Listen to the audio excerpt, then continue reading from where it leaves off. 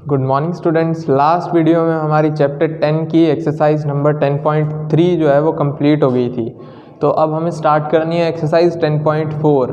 But before starting exercise number 10.4 हमें कुछ quadrilaterals के बारे में पता होना चाहिए। सबसे पहले हमें पता होना चाहिए कि क्वाड्रिलेटरल होता क्या है, और उसके बाद अलग अलग टाइप्स के डिफरेंट टाइप्स के हमारे पास क्वाड्रिलेटरल्स होते हैं, उनके नेम्स क्या होते हैं और उनकी प्रॉपर्टीज़ के बारे में भी हमें नॉलेज होनी चाहिए, तभी हम एक्सरसाइज 10.4 को कर सकते हैं।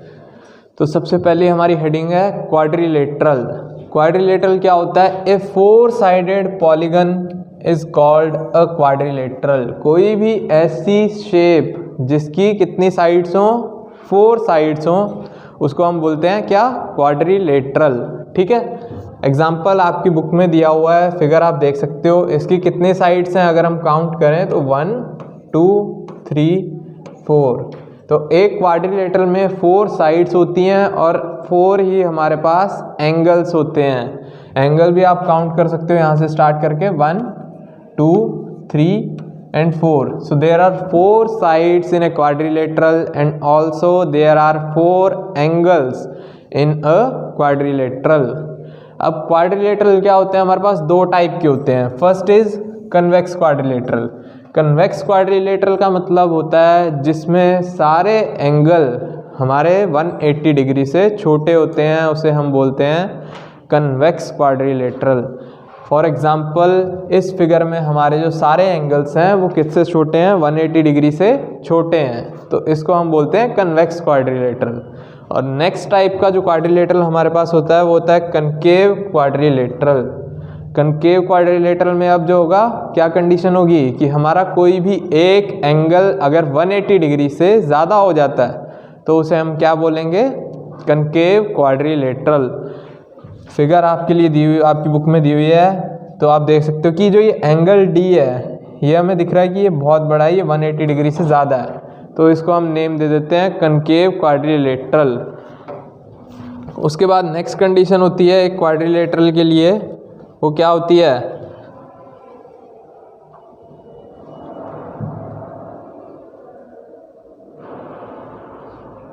नेक्स्ट कंडीशन एक क्वाड्रिलेटरल के लिए होती है कि जो क्वाड्रिलेटरल की कोई भी 2 साइड्स हैं वो आपस में क्रॉस नहीं कर सकती।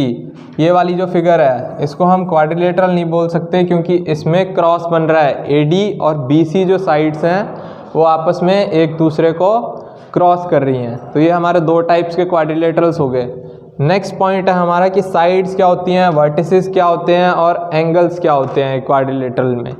तो हमने काउंट की थी साइड्स और एंगल्स, तो हमने काउंट कर ही लिए कि 4 साइड्स होती हैं। For example 1 2 3 and 4। AB हमारी फर्स्ट साइड है, second side is BC, third side is CD and fourth side is DA। ठीक। साइड्स के बाद लिखा हुआ है वर्टिसेस। वर्टिसेस होते हैं पॉइंट्स। तो एक क्वाड्रिलेटरल में पॉइंट्स कितने होते हैं? सिंपल है, 4 पॉइंट्स दिख रहे हैं हमें, कौन कौन से? A B C and D। तो हमारे पास पॉइंट्स भी 4 होंगे। एंगल्स भी हमने देखे थे, 4 एंगल्स होते हैं। एंगल A को हम नेम दे देते हैं 1, एंगल B को दे देते हैं 2, एंगल C को नेम दे देते हैं एंगल 3 और एंगल D को नेम दे देते हैं एंगल 4। तो हमारे पास एक क्वाड्रिलेटरल में 4 साइड्स होती हैं, 4 एंगल्स होते हैं एंड ऑल्सो 4 वर्टिसेस होते हैं। ठीक है। अब हमें साइड्स, वर्टिसेस और एंगल्स के बारे में पता चल गया।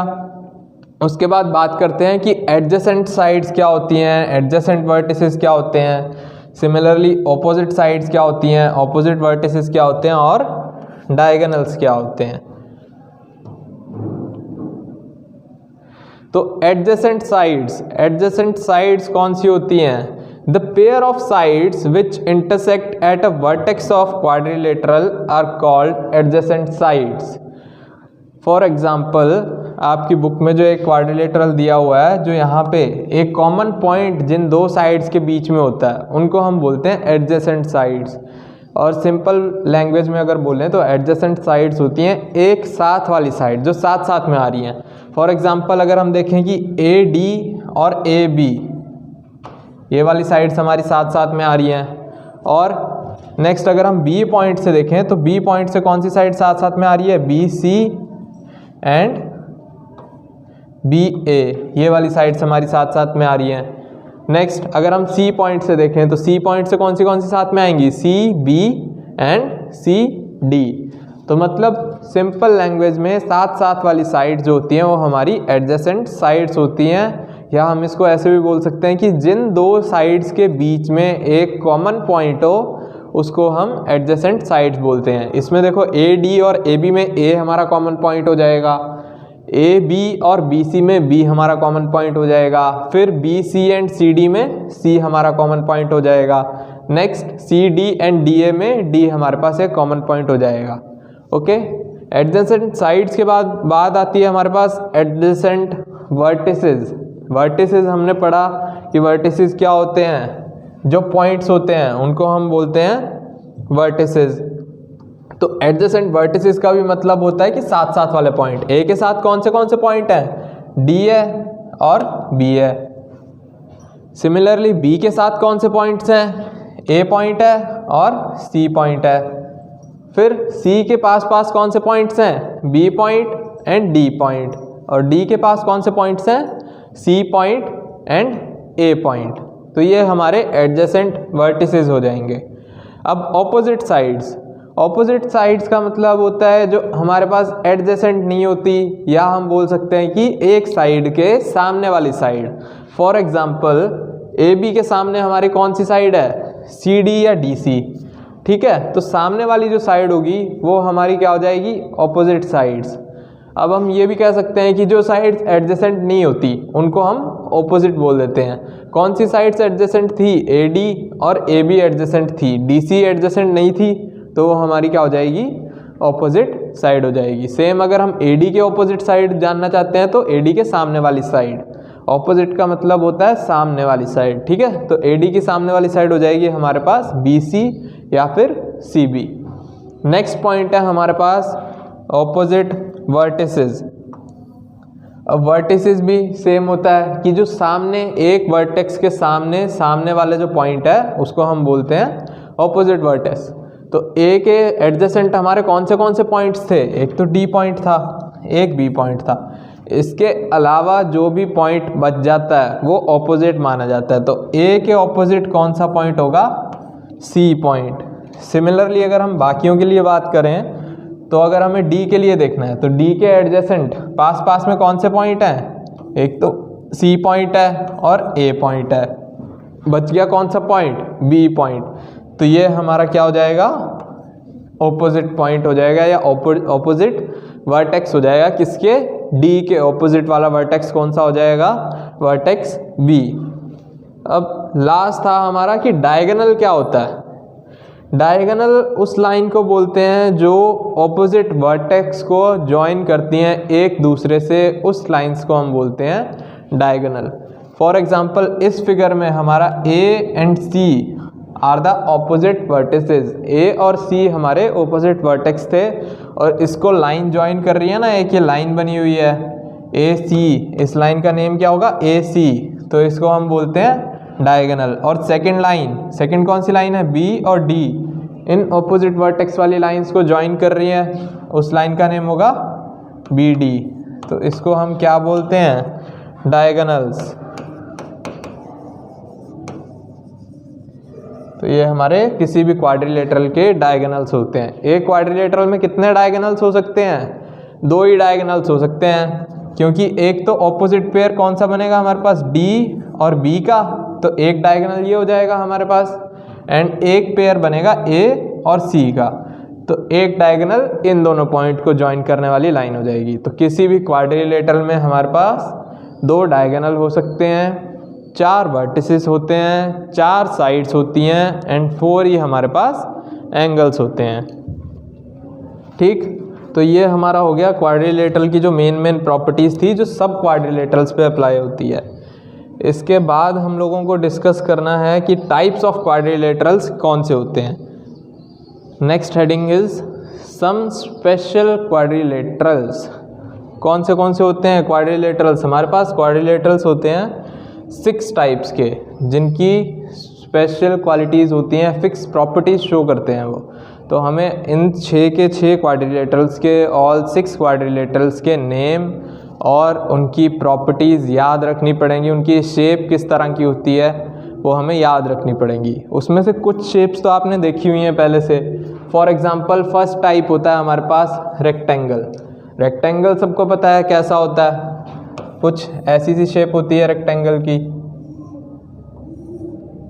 आपका जो टेबल होता है या जो बुक्स होती हैं वो मोस्टली रेक्टेंगल शेप की होती हैं, ठीक है। तो इसकी स्टेटमेंट पढ़ लेते हैं। Quadrilateral which has opposite sides equal and all angles equal to 90 degree. इसकी ऑपोजिट साइड्स क्या होती हैं? Equal and all angles 90 degree. सारे एंगल कितने डिग्री के होते हैं? 90 डिग्री के। तो ये हमारे पास क्या हो गया? एक रेक्टेंगल आ गया। क्या क्या कंडीशन है? सारे एंगल्स 90 डिग्री के और ऑपोजिट साइड्स इक्वल। ये जो लाइन में बना रहा हूँ इसका मतलब होता है अगर किसी भी साइड पे एक लाइन बनी हुई है, छोटी सी एक स्मॉल लाइन बनी हुई है और वो दो साइड्स पे है, तो मतलब दोनों साइड्स इक्वल हैं। अब हमें ये भी बताना है कि ये वाली दोनों साइड्स भी इक्वल हैं, तो हम इन पे 2 लाइन्स बना देंगे। तो इससे हमें पता चल जाएगा कि ये वाली साइड किस साइड के इक्वल है? इस साइड के, and this side is equal to this side. तो ये हमारे पास क्या हो गया? रेक्टेंगल हो गया। अब उसके बाद आ जाती है उसकी कुछ प्रॉपर्टीज़ ऑफ ए रेक्टेंगल। तो first property, opposite sides of a rectangle are equal and parallel. First property होती है रेक्टेंगल की ऑपोजिट साइड्स इक्वल होती हैं और पैरेलल होती हैं। इक्वल तो हमने बना दी, अब पैरेलल का मतलब क्या होता है? बिल्कुल आमने सामने जो साइड्स होती हैं उनको हम बोलते हैं पैरेलल साइड्स। तो रेक्टेंगल की जो 2 साइड्स होती हैं वो इक्वल भी होती हैं और एक दूसरे के बिल्कुल आमने सामने पैरेलल होती हैं। नेक्स्ट प्रॉपर्टी है diagonals of a rectangle are equal. Diagonal क्या होता है? हमने अभी पढ़ा था, ऑपोजिट पॉइंट्स को ज्वाइन करने वाली लाइन, उसको बोलते हैं डायगोनल। तो क्या बोल रहा है? Diagonals of a rectangle are equal. Rectangle के डायगोनल्स जो होते हैं वो क्या होते हैं? इक्वल। क्या क्या चीज़ें इक्वल होती हैं? ऑपोजिट साइड्स एंड डायगोनल्स भी रेक्टेंगल के इक्वल होते हैं। Diagonals of a rectangle bisect each other. Bisect का मतलब होता है कि 2 पार्ट्स में किसी भी चीज़ को डिवाइड करना, 2 इक्वल पार्ट्स में बांट देना किसी भी चीज़ को, तो उसका मतलब होता है बाइसेक्ट करना। तो डायगोनल्स क्या करते हैं? ईच अदर, आपस में एक दूसरे को बाइसेक्ट करते हैं। फॉर एग्जांपल ये फिगर दी हुई है, अगर हम इस डायगोनल की बात करें ए सी की, तो ये 2 इक्वल पार्ट्स में डिवाइड है। कौन से 2 इक्वल पार्ट्स में? ए ओ। एक तो ए से लेके ओ तक जो लाइन जा रही है, ये वाली लाइन किसके इक्वल होगी? जो ओ से लेके सी तक जा रही है। ये हमारा कंप्लीट डायगोनल था, वो 2 इक्वल पार्ट्स में डिवाइड हो गया। First part is A O and second part is this one, this line O C. तो ये हमारे पास रेक्टेंगल की प्रॉपर्टीज़ कंप्लीट हो गई। अब इसके बाद हमारे पास 5 शेप्स और हैं, उनकी प्रॉपर्टीज़ हम नेक्स्ट वीडियो में डिस्कस करेंगे। Thank you.